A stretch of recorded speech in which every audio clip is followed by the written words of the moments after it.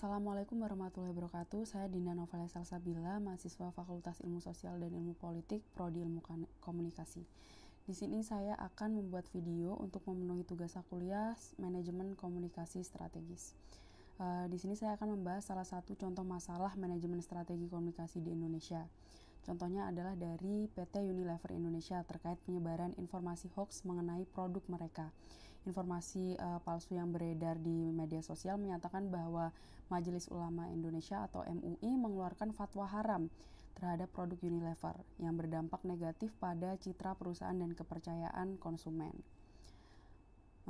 Penyebaran hoax yang mengaitkan produk PT Unilever Indonesia dengan fatwa haram dari MUI menyebabkan kebingungan dan ketidakpercayaan di kalangan konsumen.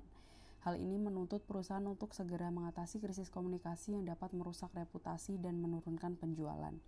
Untuk solusi yang ditawarkan itu sendiri ada identifikasi dan pemantauan isu. Pemantauan ini dapat dilakukan melalui media, contohnya seperti melakukan monitoring intensif terhadap media sosial dan media massa untuk mendeteksi penyebaran informasi hoax secara real time. Penggunaan alat pemantauan digital dapat meningkatkan efisiensi dalam mendeteksi isu yang berkembang. Selanjutnya, melakukan analisis sentimen publik terhadap perusahaan untuk memahami dampak hoax dan merancang respon yang tepat.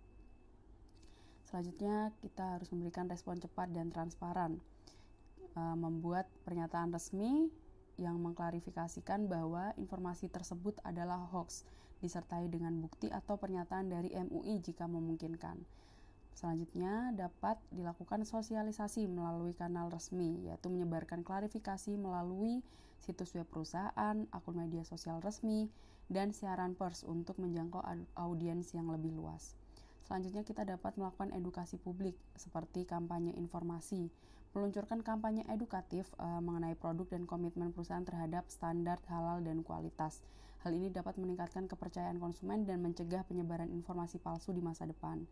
Melakukan kolaborasi dengan MUI, bekerja sama dengan MUI untuk mengedukasi masyarakat tentang proses sertifikasi halal dan memastikan produk yang beredar telah memenuhi standar. Selanjutnya ada manajemen hubungan media. Media briefing mengadakan pertemuan dengan media untuk memberikan informasi akurat dan mencegah penyebaran berita yang tidak benar. Menjaga hubungan baik dengan media dapat membantu dalam penyebaran informasi yang benar. Selanjutnya press release. Distribusikan press release yang menjelaskan situasi dan langkah-langkah yang diambil perusahaan untuk mengatasi isu tersebut. Selanjutnya ada penguatan komunikasi internal. Informasikan kepada karyawan. Pastikan seluruh karyawan mendapatkan informasi yang benar agar mereka dapat menjadi sumber informasi yang akurat bagi komunitas mereka. Selanjutnya ada pelatihan krisis. Berikan pelatihan kepada karyawan tentang bagaimana menghadapi pertanyaan atau kekhawatiran dari konsumen terkait isu tersebut. Untuk evaluasi dan pembelajarannya ada analisa pasca krisis. Setelah krisis mereda, lakukan evaluasi menyeluruh terhadap respon yang telah dilakukan untuk mengidentifikasi kekuatan dan kelemahan. Selanjutnya, melakukan perbaikan prosedur, memperbarui strategi komunikasi krisis berdasarkan pembelajaran dari kasus ini untuk meningkatkan kesiapan menghadapi isu serupa di masa depan. Selanjutnya, perspektif efisiensi waktu. Dengan menerapkan langkah-langkah di atas secara tepat dan terkoordinasi, perusahaan dapat meminimalkan dampak negatif dari hoax.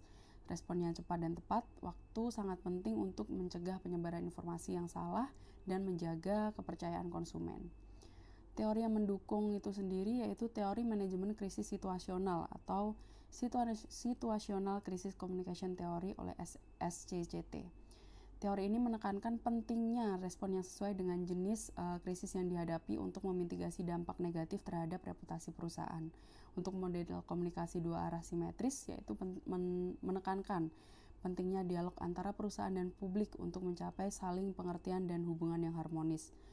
Dengan menerapkan strategi komunikasi yang efektif dan efisien, PT Unilever Indonesia berhasil mengatasi krisis yang disebabkan oleh penyebaran hoax, menjaga reputasi perusahaan, dan mempertahankan kepercayaan konsumen.